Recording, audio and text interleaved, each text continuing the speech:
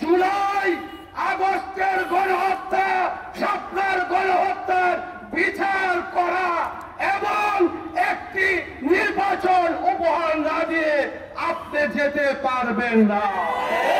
শরীয়ত বিরোধী নারী নীতিমালার সকল কার্যক্রম বন্ধ করতে হবে।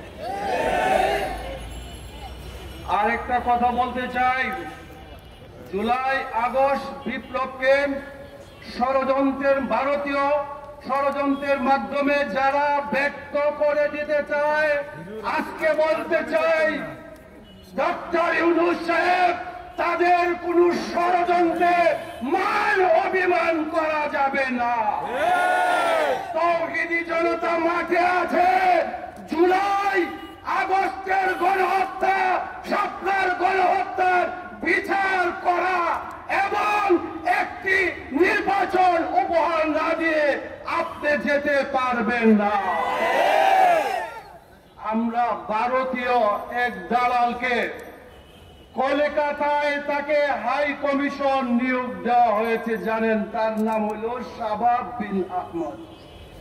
সে বলেছে এই বছর কলকাতার হাই কমিশনে কোনো কুরবানি হবে না। কেন? যে কলকাতার হিন্দুরা এবং ভারত এতে অসন্তুষ্ট হবে। মনে রাখতে হবে, তোমাকে বাংলাদেশের বেতন দিয়ে ভারতের দালালি করার জন্য পাঠানো হচ্ছে না।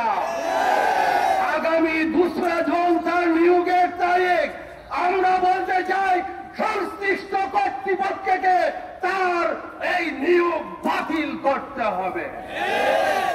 আমরা বাংলাদেশে আওয়ামী পেশিবাদের দালাল বিভিন্ন দলের মধ্যে ঢুকে আছে। এক কুলাঙ্গার যার বাড়ি কিশোরগঞ্জ, নাম আপনারা জানেন।